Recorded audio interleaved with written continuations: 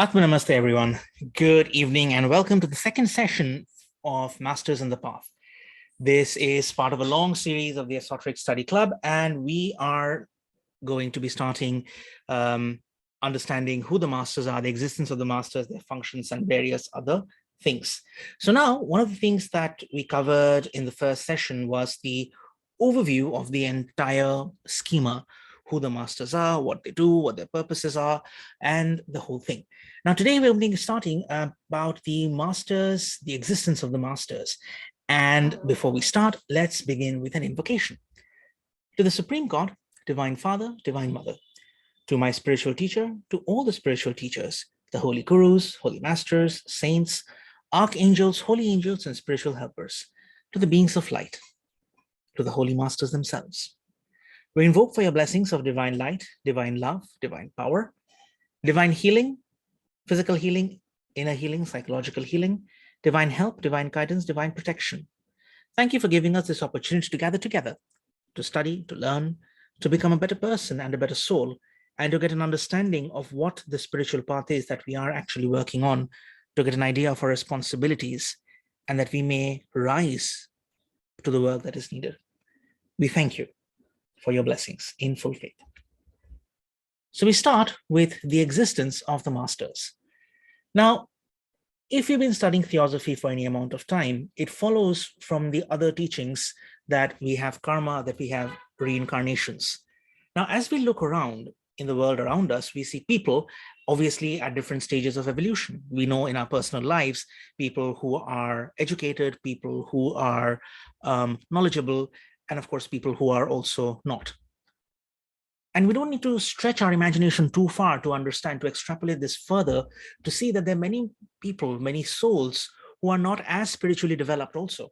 Not just education, not just emotional maturity, but spiritual development also. There are many who are far above us and many far below us. So therefore, logically, if there are many people far below us, it follows that there will be many, many, many who are tremendously advanced. Now, according to the authors of this book, they have been able to communicate with the adepts. They've been able to communicate with these advanced beings. And very respectfully, very reverentially, they've asked them, how did you attain this level? How did you reach that level where you are right now? And the masters, they told them that not too long ago, they stood where we stand now, that they rose out of the ranks of ordinary humanity. And in time, we shall come to be where they are now. And the whole system is a graded evolution of life, extending up and up further than we can follow until we reach God, the Godhead itself. So you can think of our place in evolution, our place as a school, as a university. So now let's look forward a little bit. We find that there are different stages in the early evolution. If you followed any of our past recordings, our past lessons, you're aware that we spoke about, the astral body, the mental body, the causal body, the solar system, and so on. And we are aware we kind of take these tenets of information for somewhat granted now, that there's a vegetable kingdom above the mineral kingdom. So the mineral kingdom is the first. Then there's a vegetable kingdom above it. Then there's the animal kingdom above that. So you've got the basic elemental essence. We covered this in one of the first lessons. Then you've got the mineral kingdom, and then the vegetable kingdom, then the animal kingdom, and above that, the human kingdom. So in the same way, the human kingdom has a definitive end. There's a boundary at which point it passes into a kingdom distinctly higher than itself. Beyond these are the superhumans. So here, it would do well to pay some attention to this chart. You have the physical plane where you have the physical vegetables. You have the physical plane where there are invertebrates and vertebrates, and among the vertebrates come human beings, right? And in the mental plane, there's astral plane there. In the mental plane, you have the essence, the elemental essence, the basic building block stuff. You have the group soul of the minerals, and they spend several millennia, in millions and millions of years, as a mineral. And then that mineral evolves into the next stage and they become vegetables. Their physical interpretation of that is the vegetable kingdom. Likewise, that's why crystal healing works, because you have the mineral group souls. They have a basic consciousness, and that consciousness can be programmed, can be asked to perform certain fundamental, certain basic tasks and responsibilities. And that's how healing happens, right? And of course, then you've got vegetables. And from then on, you've got the animal group soul, and then the individualized souls, and they become humans. So in the study of this system, we've learned that then in every human being, there are three great divisions. There's the body, there's the soul, and there's the spirit. And each of these is capable of further subdivision. That's the definition which was given by St. Paul from the Christian tradition 2000 years ago. So the spirit or a monad is the breath of God, because the word spirit means breath. It comes from the Latin word spiro, where we get the word inspiration. So inspiration, inspiro, the spirit is coming in. Expiration, expiro, the spirit has left. The divine spark came in, the divine spark left. And this is the divine spark, which is truly the main essence of human beings, right? So you and I, we may be wearing a physical body, male or female, this country or that country, whatever it is, but we have to eventually attain oneness with our higher soul, the higher soul. The personality, the incarnate soul, the higher soul is the ego, and that the higher soul is in turn trying to attain oneness with the divine spark, with the monad, and that's the journey. So the divine spark is the true essence, although it's, instead of saying that it's just there, it's more like hovering over us. It's in our space, it's within us. This scheme of evolution is that should it go into matter, should it become something physical, we will be able to see and understand and feel this divine spark as an extension of God. And because it's so refined, because it's so subtle, it cannot descend into the physical plane. This physical plane which we think in, which we work in, which we function in. Probably because the rate of the vibration of the divine spark is so high, and the rate of vibration of the physical matter, the physical things are so different that they cannot intermingle. So there must be intermediate states of consciousness, intermediate conditions. So in theosophy, we commonly speak of 7 planes of existence, which are subdivisions or subplanes of the lowest cosmic plane. And these are called in our books the Prakritik. Prakritik means nature, or in this case, we can think of it as the physical plane of the cosmos. The monad, the divine spark, can descend to the second of these subplanes over here, which we call the monadic plane, but it does not seem to be able to penetrate anything lower than this. In order to obtain the necessary contact with still denser matter to go lower down, lower down, lower down, it'll put part of itself to through two planes, and that fragment is what we call the ego or soul. So it's like this, the divine spark, it needs to get work done here at the physical plane. Over here, we've got solid, liquid, gas, etheric, superetheric, atomic, subatomic, and so on. And then you've got the emotional plane, the lower mental plane, higher mental plane. So the divine spark is over here above this. It can extend a portion of itself down, higher mental and lower mental. It's a part of it. So it's an element of it. So the higher soul comes down over here. It can function up to over here. The higher soul sends another portion of itself down. The incarnated soul, us, we operate among these levels. So our journey is up, up, up, up, up. We can manipulate thought forms. We can create thought entities, okay, to do certain things. We can invoke and evoke the presence of other entities, other living beings, not physical, but energy beings who are operating at this level. So we have certain devas, which we covered in Man, Visible and Invisible, and also in the book Invisible Helpers, in these 2 books.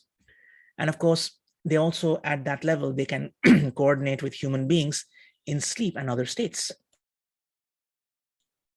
And as you go higher and higher, there are human beings who have individualized, animals who are also taking shape, ready to become human beings. Over here come the more refined states of matter, devotional forms, compassionate, philanthropic, philosophic, artistic forms. And above that, if this is average, then there are evolved souls, and then the adepts and initiates. This is the basic purpose of the book. This is which we'll be studying. And this is where we are going up to. So in order to obtain the necessary contact with denser matter, this very refined essence sends parts of itself lower and lower and lower and lower and lower. Okay. Now the divine spirit far above us merely hovers over us. And the soul, which is a small and partial representation of it, it's almost as if the divine spark puts down a finger of fire, and the end of that finger is the soul. It's a pretty nice representation of it. So if you think of the divine spark as an entire being, all right, then just a finger of fire, think of that as the higher soul. And the end of that finger is the soul, the incarnated soul. So we really have a lot to live up to go up to. And the divine spark cannot descend below the highest part of the mental plane, over here, the physical being the seventh and the lowest. So here the four subplanes are shown. There are three more planes above this. And in order that it may reach a still lower level, it must put down a small portion of itself, which eventually becomes a personality. So you and me, the people around us in the world, is just not even the tip of the finger, but the skin of the tip of the finger. The end of the finger is the higher soul, and our true essence, the rest of the body, is the divine spark. So that's a long way, far way to go. So all the evolution through the lower kingdom is preparatory to the development of this human constitution. An animal during its life on the physical plane and for some time thereafter in the astral world has a soul which is just as individual and separate as the human beings. But when that animal comes to the end of its astral life, that soul does not reincarnate again in a single body, but returns to a reservoir of soul matter, which we call in our books and we know as a group soul. And this is the example, if you've done Achieving Oneness with the Higher Soul by Master Choa Sui, the example which is cited is that, it's like a bucket of water. Okay, so say, for example, there's a bucket of water which is supplying the need of several animals of the same kind, say 20 horses. Okay, so when a horse is to be born from that group soul, it's as if someone dipped a mug or a bucket into that large reservoir and brought out the water. Now, during the life of that horse, all kinds of experiences come to him which modify his soul.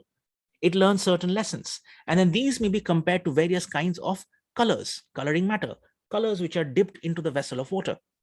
When the horse dies, the water in the vessel is emptied back into the bucket, and the coloring matter which it acquired spreads throughout the whole bucket.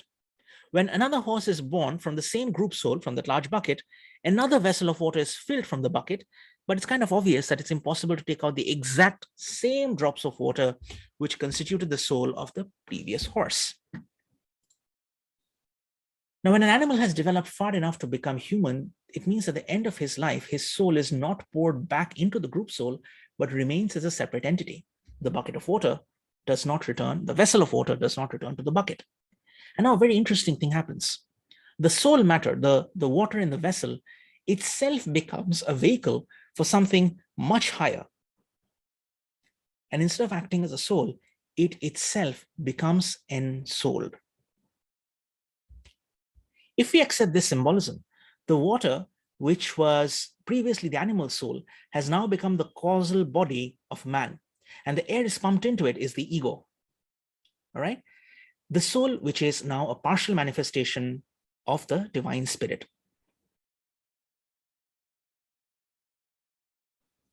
Now, this descent of the ego is symbolized in ancient mythology by the Greek idea of the cup, and of course, the story of the Holy Grail. Okay, the evolution of the soul, if you look at it from the causal body, it goes down, extends a portion of itself from the higher mental plane, from the subplane to the lower subplanes. It kind of looks like the chalice. It kind of looks like the Holy Grail. So the evolution of this soul consists in its gradual return to the higher level of the plane next below the monadic, carrying with it the result of its descent in the shape of experiences gained and qualities which have been acquired. The physical body in all of us is fully developed. And that's because we are supposed to have conquered it, but it should be fully under the control of the soul. So among the higher races of humanity in the present day, although we are supposed to have control over our emotions, over our thoughts, there are moments when our emotions get the better of us. We get upset, or our thoughts, we have intrusive thoughts, uncontrollable thoughts. So even though our astral body is fully developed, it is not yet by any means under perfect control, even though we are evolved sufficiently to be able to control them. So instead of being able to govern them perfectly, we allow ourselves to be governed by them. Our emotions run away with us, similarly as a wild horse may run away with its rider and take the rider to places where they do not want to go. Now, having finished with human life, the perfected man, which means all of the incarnations, all the karma is worked out. Now it's ready to move on to the next level, arhatship. The perfected human being drops the various material bodies, but he retains the power, the ability to take up any of them if he ever needs them in the course of his work. In the majority of cases, someone who gains that level no longer needs a physical body.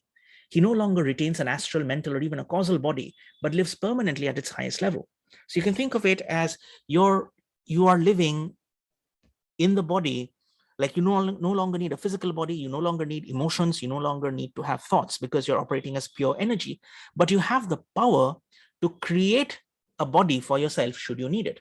So whenever for any purpose he needs to deal with a lower plane, he must take a temporary vehicle belonging to that plane, because only through the medium of its matter can he come into contact with those who live over there. So you have these angelic beings or higher beings, if they need to communicate with us, because the matter that they are constituted of, the things that they are made of, is so refined, they won't be able to communicate with us except through pure energy. So if you have examples of angels manifesting or seeing things, they brought their energy down, they brought their frequency down to a level where we could understand. So if they want to talk to human beings physically, they must take a physical body, or they need to have at least a partial materialization. Otherwise, they cannot speak. So imagine it's like this: you're talking to, you're trying to communicate with your teacher, with your spiritual teacher, and your spiritual teacher, of course, is no longer in body. But if he's trying to communicate back, you won't be able to hear anything or understand anything because you don't have the tools for it, and neither does he. So he will need to materialize something in which he can communicate with us. So if he wishes to communicate ideas to us, he must create a mental body for himself using matter and materials from the mental plane. If he wants to do something, if he wants to impress some emotions upon us, he wants us to feel something, then he needs to create matter from the astral plane and communicate with us astrally. So for the higher beings to come down to our physical level, they have to, sacrifice a lot of their subtle energies and cloak it in denser physical matter. So now, we now go on to who these higher beings are, who these great beings are. And today will be an introduction of these people. When you say to the holy masters, the saints, we'll be meeting some of them. So the world is guided and directed to a large extent by a brotherhood of adepts, to which our holy masters belong. Now, theosophical students, spiritual students, make all sorts of mistakes about them. They think of them as some sort of a secretive monastic community living somewhere in secret. They suppose them to be angels, and many students have thought they're all Indian or they all reside in the mountains in the Himalayas and da-da-da. Nonsense. None of this is true, okay, according to the book. Now, there is a great brotherhood, and its members are in constant communication with one another, but their communication is on the higher planes, and they don't necessarily need to live together physically. As a part of their work, some of these great brothers, whom we call the masters of the wisdom, they take pupils, they take apprentices, and they teach them, but they form only a very, very, very small section of this larger body of perfected human beings. Now, the powers of the adept are many and they're wonderful, but they all follow in natural sequence from the faculties which we ourselves possess. So say, for example, how do I do this? Some days ago, I was reading a research paper, where it says that there are sounds made from black holes. You know, the black holes in outer space? It's believed that our galaxies, our entire universe revolves around a central black hole. Now, since it's a body in space and since it's so large, it radiates some sort of a sound out, the sound of gravitational waves, but our ears cannot detect it. So it follows that as we evolve, our ears will become more and more refined to be able to reach and hear the sounds of such things as gravity. Our eyes would become refined enough to be able to see things on the infrared spectrum, on the ultraviolet spectrum, on the gamma radiation and radio waves, and so on and so forth. If you've seen this movie Lucy, starring Scarlett Johansson, I think, there are some examples where she can see radio waves and all these various frequencies, and she can isolate them and work with them.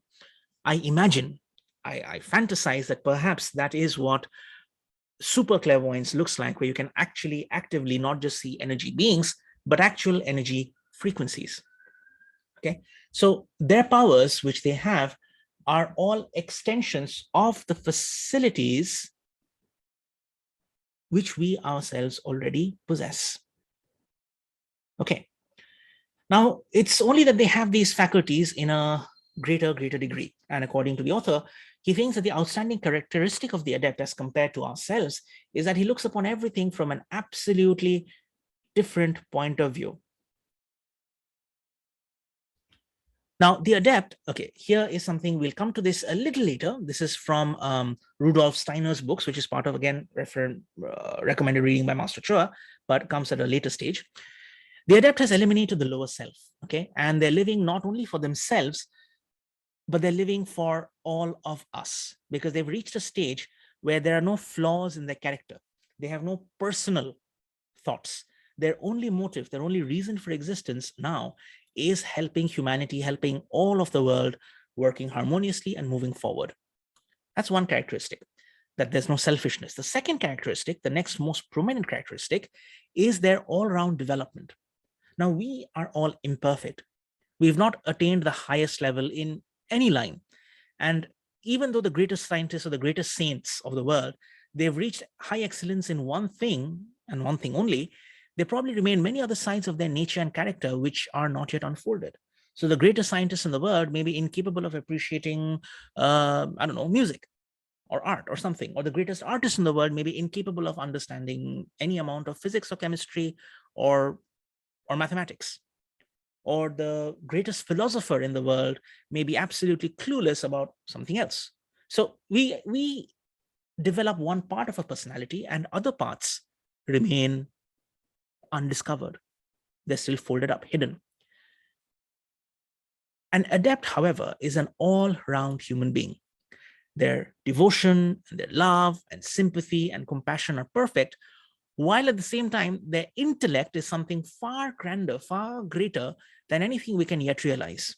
And the spirituality is wonderful and divine. And he stands out above and beyond all human beings because they are so fully developed. So over here, if you look at it, you've got the three aspects of God: Father, Son, Holy Spirit, light, love, and power. Okay. And then you have the various planes. You've got the physical plane, the etheric plane, astral, so on and so on. You've got the first logos, which is the manifestation of will. You've got the second logos, which is the manifestation of love. And then the third one, which is intellect. Okay. But that also, if you look at it over here, the first logos has but one aspect, the second logo has two, the third logos has three. And this comes forth in Ayurveda, where you have the three gunas, or the three characteristics of sattva, rajas, and tamas. Sattva meaning, I think, schedule, rajas meaning rhythm, and tamas meaning inactivity. Okay, I'm not very clear on my Ayurveda, but nevertheless. So that is the entirety of the movement, the functioning of the masters. So from there, we come to the second part, which is very interesting, the physical bodies of the masters. Because if we establish that, okay, the masters don't need physical bodies, they've evolved far beyond that, why do we need to know about the physical bodies? How do they even have physical bodies? And there's been a great amount of debate and uncertainty and vagueness among theosophical students. So perhaps it may help us realize how natural the lives of these holy masters are and how they have an ordinary physical side to them. Now, there's no one physical characteristic by which an adept can be infallibly, completely distinguished from other people, but they always appear to be impressive, noble, dignified, holy, and serene. And anyone meeting him could hardly fail to recognize that, yes, they're in the presence of a remarkable, remarkable person. So all these beautiful adjectives, impressive, noble, determined, so on and so on, this is what defines the presence of an adept. Their energy does all the talking for them, not their posture, not their color, not their appearance, not their clothes, nothing. Now, the book goes further on to say that they're the strong but silent type, which you can kind of see from this artistic representation. They speak only when they're spoken, when they have a definite object in view. They speak only to encourage, to help, or to warn, but they're full of benevolence and they have a keen sense of humor. Humor, which is very kind, very gentle, never sarcastic. So that's one thing which we can take away from this, is that if we want to adapt, if we want to go to the angelic life, to the higher life, we must have a sense of humor, number one. And number two, our humor should not be sarcastic. We should not use our humor to hurt or to wound other people. I don't know about you, but I definitely have a lot of work to do in that regard. So yeah, we need to work. We need to do a lot of work in order to become more and more refined. So strong, but silent, speaking only to encourage, to educate, to help, to warn, but yet full of benevolence, full of warmth, full of humor. Now, one of the adepts, Master Moria, he said that it's impossible to make progress on the spiritual path without a sense of humor. And all the adepts whom the author has encountered, they've always possessed that qualification of having a sense of humor. Now, most of them are distinctly fine looking people. Their physical bodies are practically perfect because they live in complete obedience, complete harmony to the laws of health. And they don't worry about anything. All right. That's a very interesting thing. They're adepts, their entire purpose is to serve humanity, but they never worry about anything. We do not have to worry about humanity. We need to worry only about our own lives. But yet our brows are furrowed, our breath is not deep, we do not do deep breathing, our posture is hunched, and we are in need of doing a fair amount of work in order to receive that level of discipline to not worry. Now, the adepts, the holy masters, all of their evil karma has been exhausted, and their physical body, therefore, is a perfect expression of their higher soul. Now, the body of an adept is usually splendidly handsome, splendidly beautiful, but any new body that they might use is likely to be a reproduction of the old one. They're able to choose whatever kind of body they need for their work. If they need to take incarnation again, they're free from any of the shackles of karma. Okay, what's the importance about this? You and I, we are born in certain countries, in certain time zones, in certain races. We have certain karma to work out. We have a karma with our family members. And if you're part of a family, you know full well that it's very easy to love your family, but it's not always easy to like them. And we can choose our friends, but our family is what we are born with. And we are born with these preconditions, these clauses that we have to learn to forgive, to get along with our family members. We have certain physical limitations, certain weight problems, certain genetical issues. Some of us have certain diseases which we are born with, or which we develop, or which we inherit. This is a result of our past karma. And therefore, we are given a chance to incarnate in a location with a body, with characteristics and habits and family and other things that will help us learn our lessons. But the adepts, they're free from all this. So they're free to choose whatever kind of body they like completely. Can you imagine what it would be like to wake up free from any kind of pain? No backaches, no joint pains, no shoulder stiffness, nothing. You don't need to have any medicines. You don't need to wear any glasses. You can go up and down the stairs and you can run 20 kilometers without catching your breath. That's good health. That's great health. And that's what the adepts have. Now, to know a certain man is an adept, it would be necessary to see their causal body, because you can't make it out from physical body just by their presence. Because when you see their causal body, the development would show by the greatly increased size and by a special arrangement of its colors into concentric spheres, such as indicated to a certain extent in the causal body of an arhat. This is Man Visible and Visible, which we did the last book some couple of months back. For your reference, on the left side of this image is the causal body of an ordinary average person. This is what our causal bodies look like. There's a human being here.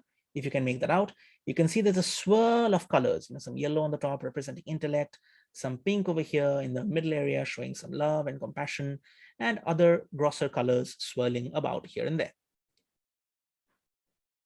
This is the size of, say, a human body. If that's 6 feet in height, you can see that the causal body would be, I don't know, about 3, 4, 5 feet around it. In comparison, the body, the physical body of the adept is there, and their causal body is that big. It's massive. And all the colors are arranged in concentric circles. So if you're clairvoyant and you see someone who has an energy body, who has a causal body, not an energy body, a causal body like this, that's when you know you're in the presence of an adept. Now, if this is the physical body, if this is the energy body of an adept, where do they live? And according to the book, there's a certain valley, or actually there's a ravine in Tibet, where three of these great ones, the Master Morya, Master Kutumi, and Master Dwajal Khul. So, for easy reference, we call them Master KH, Master Kutumi, Master Dwajal Khul, Master DK, and Master Morya, okay, Master M. So M, KH, and DK, these three holy masters live somewhere in Tibet at the present time. And the author, they've given a diagrammatic representation of the house of Master Kutumi. It's divided into two parts by a passage, which is running straight through it. Okay, this shows the ground floor plan, and it leads to the principal room where the Master KH, usually sits. It's large and lofty. It's about 50 feet by 30 feet. And in many ways, it's more like a hall than a room, and it occupies the whole of the front of the house. Behind that large room are two other nearly square rooms. One is a library and the other is a bedroom. So this is, and the personal side, the private side of the house, and is surrounded by a large veranda. The other side of the house on the left, it's divided into smaller rooms and offices of various kinds, and it's just there for other purpose. Okay.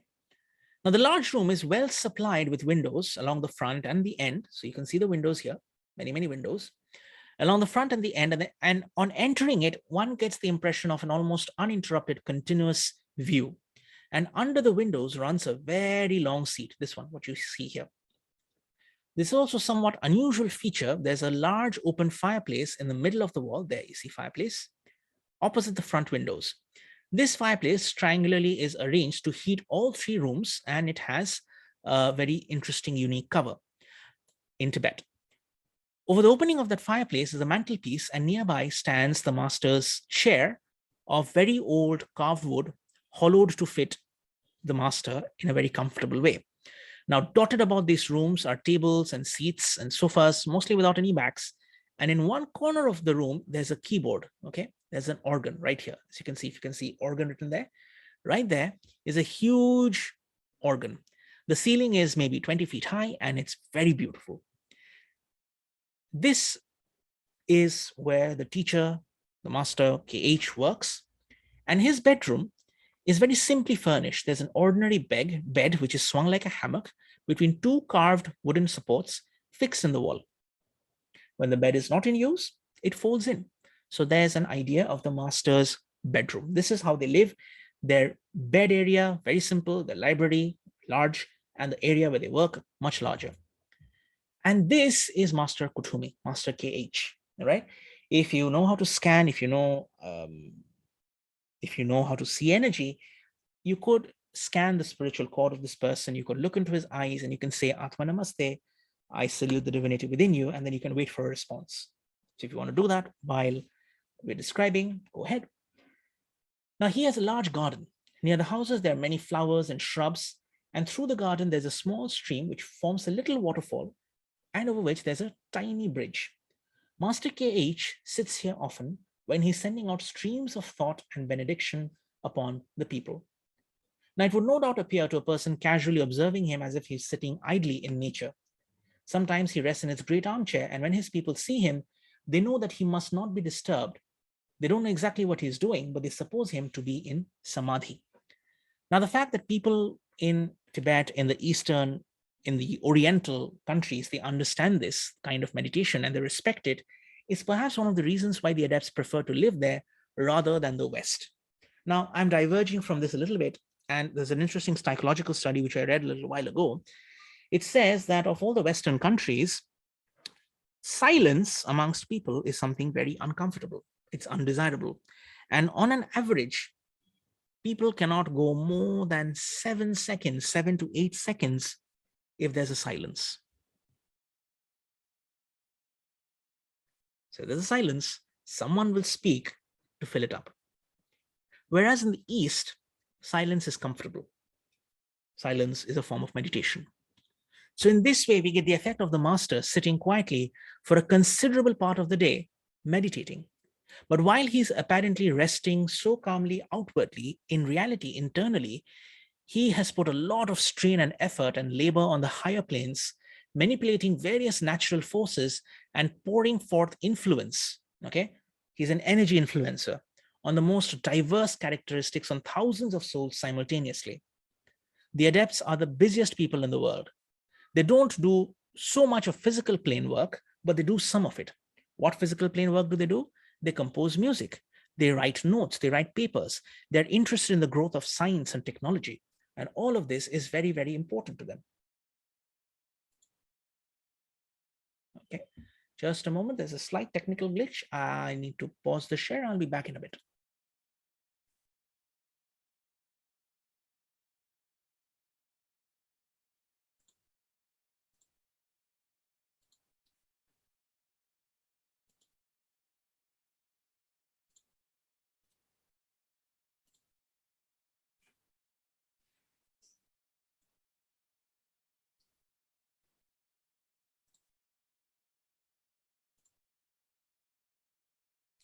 Right. You can see the screen, yes?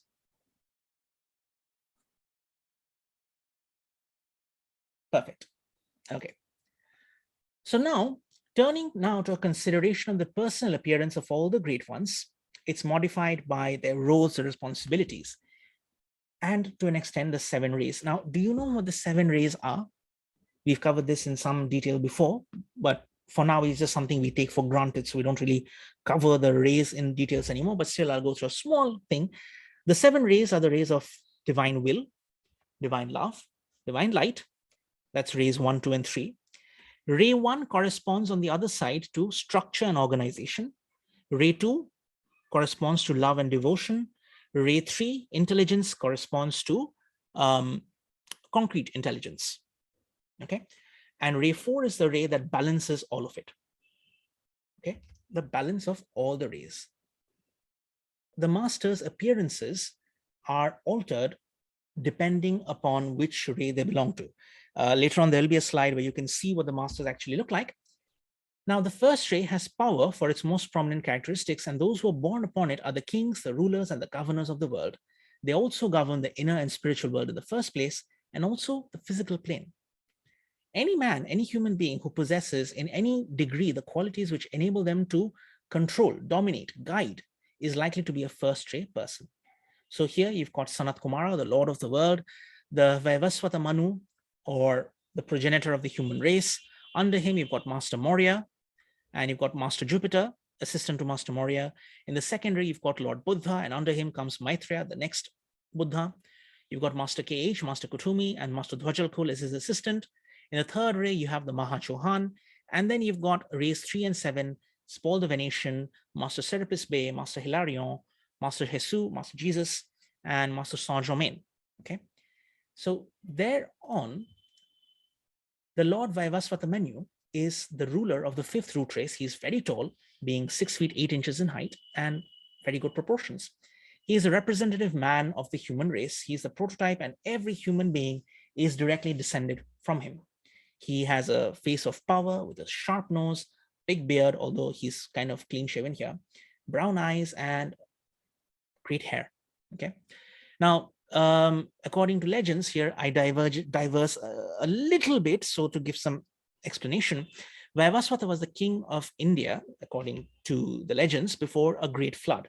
Now, all cultures and traditions have some sort of a great deluge or a great flood. And he was warned by an avatar of Vishnu, Vishnu being the Lord of Love, the second aspect of God. And he built a boat that transported some aspects of humanity, some people of humanity, away from the flood. So you can think of it as Noah's Ark, that example. And this tale is repeated with variations in other texts, including the Mahabharatas and the Puranas, and it's similar to other floods which are associated with people with the stories of Gilgamesh and Noah. And there are 14 Manus who rule in succession, so he's one of them, in each kalpa or each day of Brahma. And in Hinduism, a kalpa or a day of Brahma is equal to 4.32 billion years. So this master here, Master Manu, is supposed to be at least working for over 4 billion years. And this is the avatar, Matsya meaning fish, is the avatar who, you can see a little fish here if you look in, who helped save humanity in that first stage. And here there's a little divergence where I take you on this story, just a little theory. These are 10 avatars of Vishnu as he has appeared and is supposed to appear.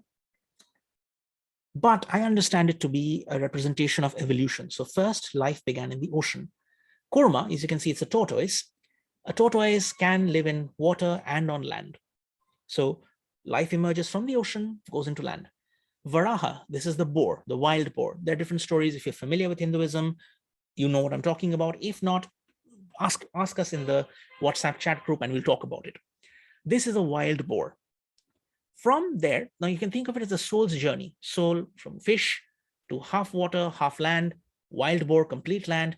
Narasimha, as you can see, it's a human being, half human, half lion. So half animal, partial control over the astral body, and half human, partial control over the mental body. From there, you've got the dwarf or Vamana. He is a human being, but he's short in the sense that his faculties are not fully under his control. They're dwarfed. From there, you've got another legendary being called Parashuram, who is a great master, but he has a fiery temper. Okay, he killed a great number of people. So developed, but anger not in control. From there, you've got an avatar, Rama. You can see the skin color changed a little bit over here. It's represented as blue in some of them. Rama being an understanding that, yes, I am the soul. I am not the body, not the emotions, not the thoughts. I am the soul. So he's a soul realized person. And then you've got someone called Krishna, not represented over here as Balaram, but someone is Krishna, whose stories we may have heard of, but he is God realized, completely blue in color. And you got other incarnations later on, or rather other avatars later on. So the first one we spoke of was Master Kutumi, Retu.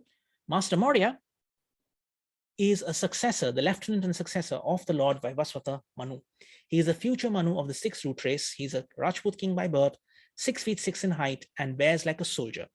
Okay, he is a Ray 1 master. So if you need some help in getting things done, willpower needed, this is the person who can help. Now, this might look like the Lord Jesus Christ, but this is the Lord Bodhisattva, Lord Maitreya. So we know of Lord Buddha, the world teacher, and Master Kutumi, whom we spoke of first. You can see his picture in the previous slides. The influence that is especially noticeable by the radiance of all-embracing love is Maitreya. Lord Maitreya wears the body of the Celtic race, and at the present time, when he will come forward, he's not yet come forward, when he will come down, he will use a body which is prepared for him by his disciples. He is beautiful, strong, and tender, with rich hair flowing like red gold about his shoulders. His beard is pointed, and his stars are violet like twin flowers going through. Now he works very closely with Master Christ, the Holy Lord Christ.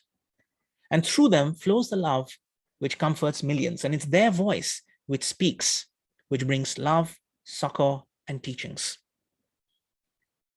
When we need love, compassion, and healing, this is the great being, Lord Maitreya, who we connect to. Now again, Master Kutumi, we saw his picture. Now if you see this person and this person, they're kind of similar in appearance. So as we said, depending on which ray they belong to, this is ray 1 and that's ray 2, there will be some alternations. His eyes are kinder. So Master KH wears the body of a Kashmiri Brahmin and he's fair in complexion. He also has long flowing hair, light eyes, full of love, full of joy.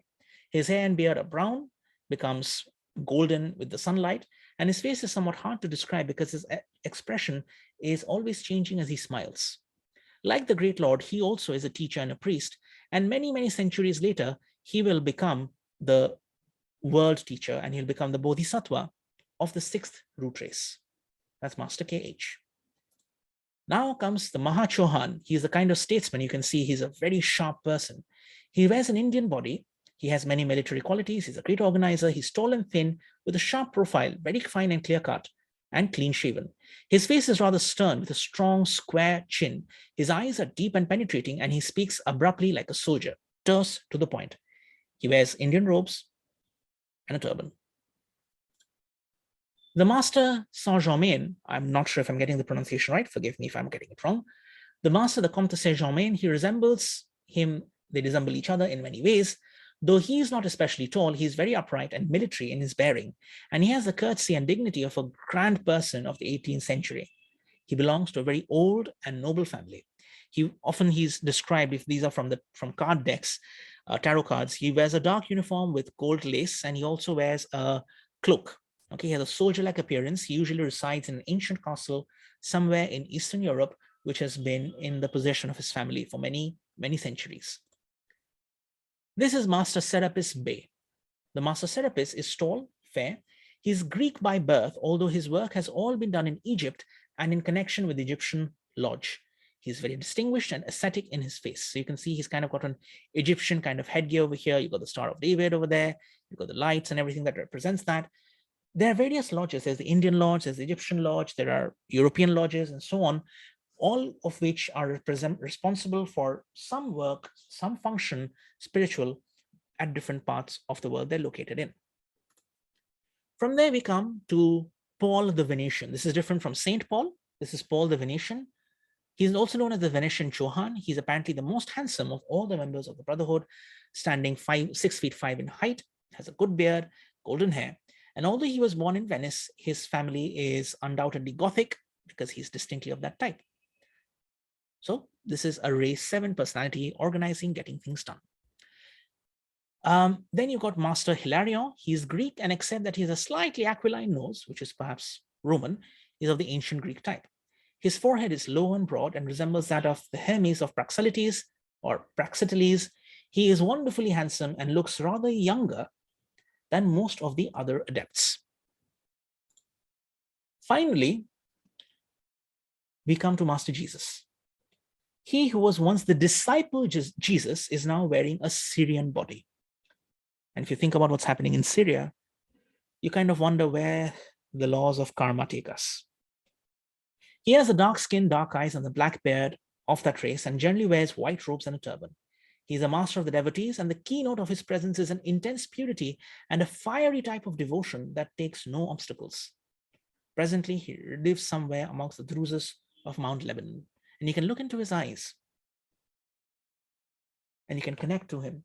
According to Master Chua Kok Sui, if you ask for the blessings of Rabbi Yeshua Bar Miriam, or Yeshua, the son of Miriam, I'm putting it in the chat, you'll be able to feel his energy very powerfully, very rapidly. So look into the eyes of this Master Jesus over here. Salute the divinity, Atma Namaste, and scan your spiritual cord when you say Master Jesus, and scan. And then again, say Atma Namaste, but this time, look in the chat and say Atma Namaste to Rabbi Yeshua Bar Miriam. And you can perhaps feel the energy, the downpour that comes from.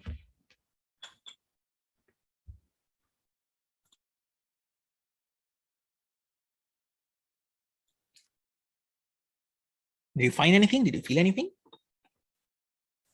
Various artists have represented various adepts at different times. You have more pictures. This is of a more artistic style. You have El Moria, Master Moria, Master Kutumi, kind of looks like Master Jesus. They all have the same generic kind expression, if you look at it. Sharp features, clean. They're not overweight. They're not sick. They're not diseased, nothing. They are purposeful. That's Master Moria. That's Master Kutumi. This is Master Jesus. This is Master Hilarion, the Master Mahachohan. This is Master Paul the Venetian. This is Master Serapis Bey. This is Lord Maitreya. As you can see, since they are Ray 2 people, Lord Maitreya, Master Jesus, and Master Kutumi, they have a very, very strong resemblance. You can almost say that these 3 people are the same person photographed at different points in time, whereas actually they're 3 distinct individual beings. And this person last over here, that's Master Saint Germain. What we can do is look at their photos, look into their eyes, feel the outpouring of love, compassion, and purpose that they have for humanity, and offer ourselves as instruments and channels for doing the work. So to the Holy Masters, to please join me in this invocation. To the Holy Masters, we invoke for your divine help, guidance, and protection for doing this work. We thank you for your priceless blessings. Thank you for your help, your guidance, and protection.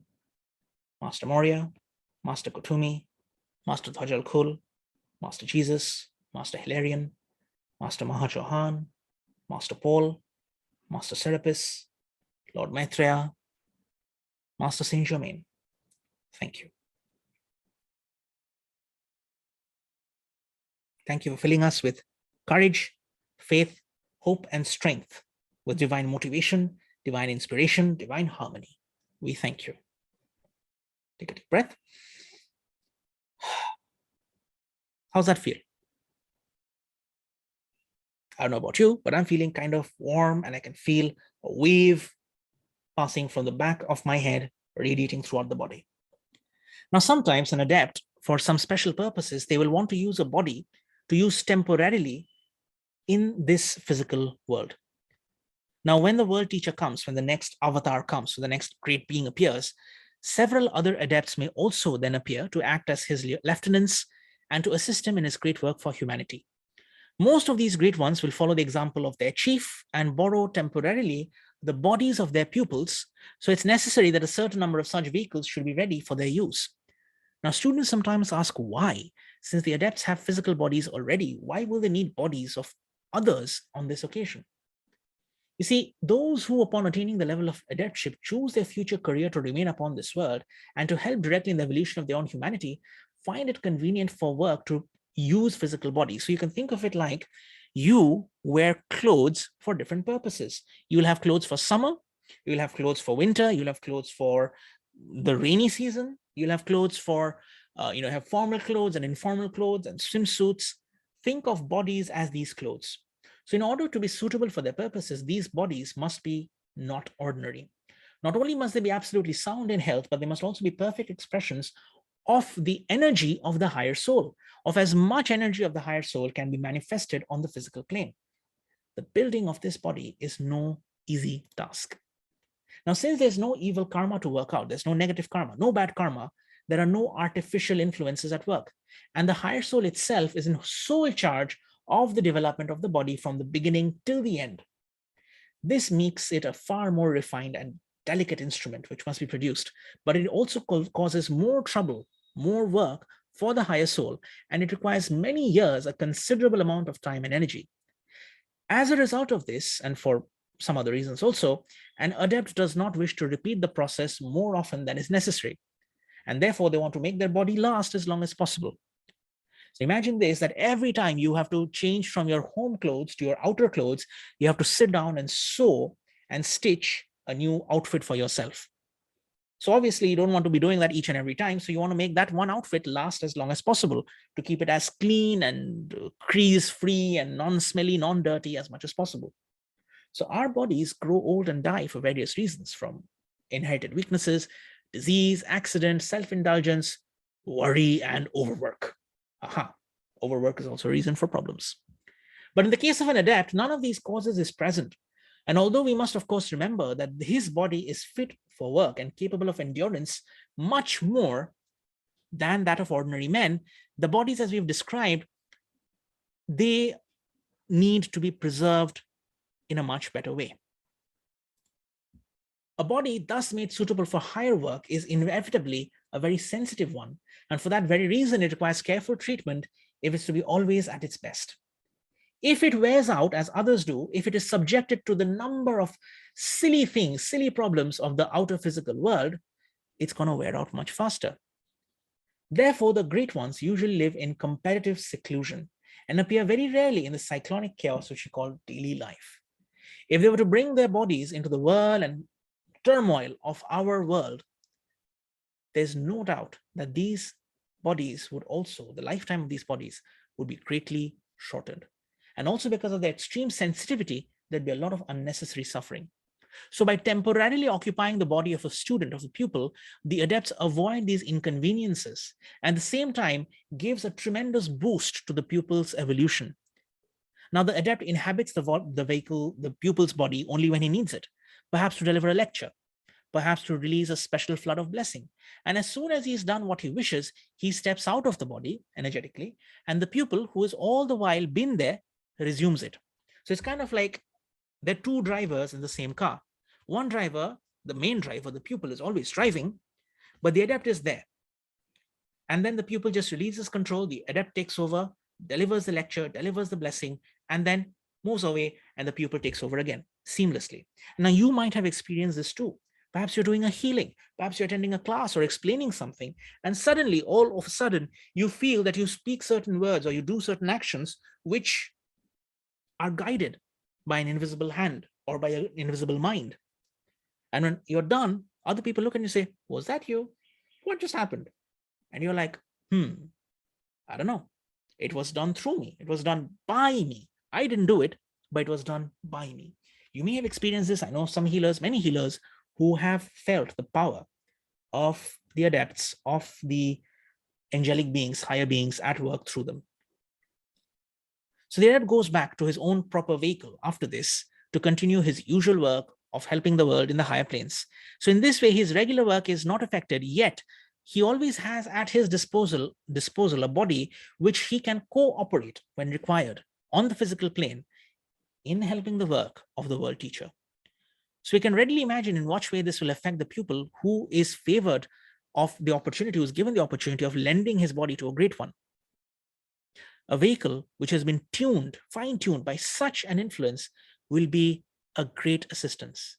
And while in use, his body will always have the privilege of being in the adept's aura, because he must be at hand to resume work as soon as the master has finished. So for that purpose, if we are to make our energy bodies available for the higher beings to use, we too must have some amount of physical, etheric, psychological purification. Partially vegetarian diet, salt bath, inner reflection, cleansing techniques, sexual transmutation, super brain yoga. There are many techniques, at least for pranic healers and arhatic yogis, which are very easily available, which if we do, at one point we'll reach a level of refinement where we too may be considered to be candidates for helping high beings. Now, this plan of borrowing a suitable body is always adopted by the great ones when they think it's necessary to descend among human beings under conditions such as now. Like the Lord Gautama, he employed it when he came to attain Buddhahood. And the Lord Maitreya took the same course when he visited Palestine 2000 years ago. This is a story by itself at a different point. Now, the only exceptions known is when a new bodhisattva takes the role of the world teacher after his predecessor has become the Buddha. So you've got the bodhisattva, then you've got the Buddha above that. And on his first appearance in the world, in that capacity, he takes birth as a little child in an ordinary way, then becomes a bodhisattva, then the Buddha. So thus did our Lord, the present bodhisattva, when he took birth as Sri Krishna on the glowing plains of India, he is loved and revered. So this temporary occupation of a pupil's body should not be confused with the permanent use by an advanced person. So it's not a possession, it's not a utilization, it's you're just temporarily in the driver's seat. Now, the question is often raised as to why an adept whose work seems to lie almost entirely on the higher planes needs a physical body at all. Now, it's really none of our business, but if we should speculate on such matters, there are various reasons. Now, the adept spends much of his time in projecting streams of influence, thoughts, and ideas.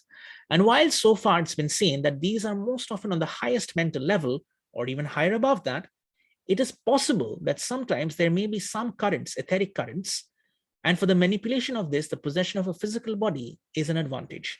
Now, etheric currents, life on other planets, this has been referenced to by Master Choa Kok Sui in the Advanced Pranic Healing book. Fascinating stuff. Again, most of the masters whom the author has seen, or a few people's assistants who live with them, a physical body is necessary for their sake. Because if they have to communicate, having a physical body, borrowing a physical body, is easier to communicate clear instructions. Otherwise, other people will just say, we've dreamed it. Here, you have the physical vehicle accessible. Now, of this, you may be certain that if an adept chooses the trouble to maintain a body, they have a good reason for it.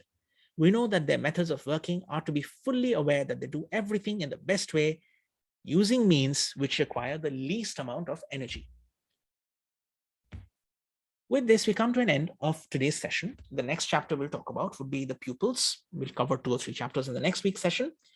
But to summarize this session, that there are many adepts, they use physical bodies in order to be able to communicate with us, in order to be able to present lectures and ideas to us. They use the bodies, they maintain the bodies in the highest possible state. And we can also refine ourselves so that we can become literal physical instruments of the work, of the blessing, of the mission. The work of the adepts, what their works are, we'll cover, and what the pupils are, our roles, we'll also cover.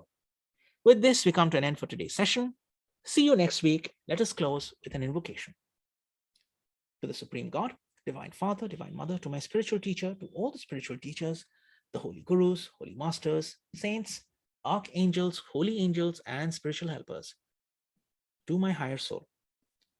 Thank you for your priceless blessings of divine light, divine love, divine power, divine healing, guidance, and protection. Thank you for your priceless blessings.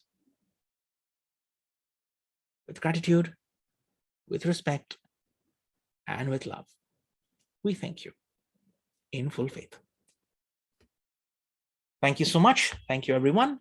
See you next week for the next session. Take care. Atma Namaste.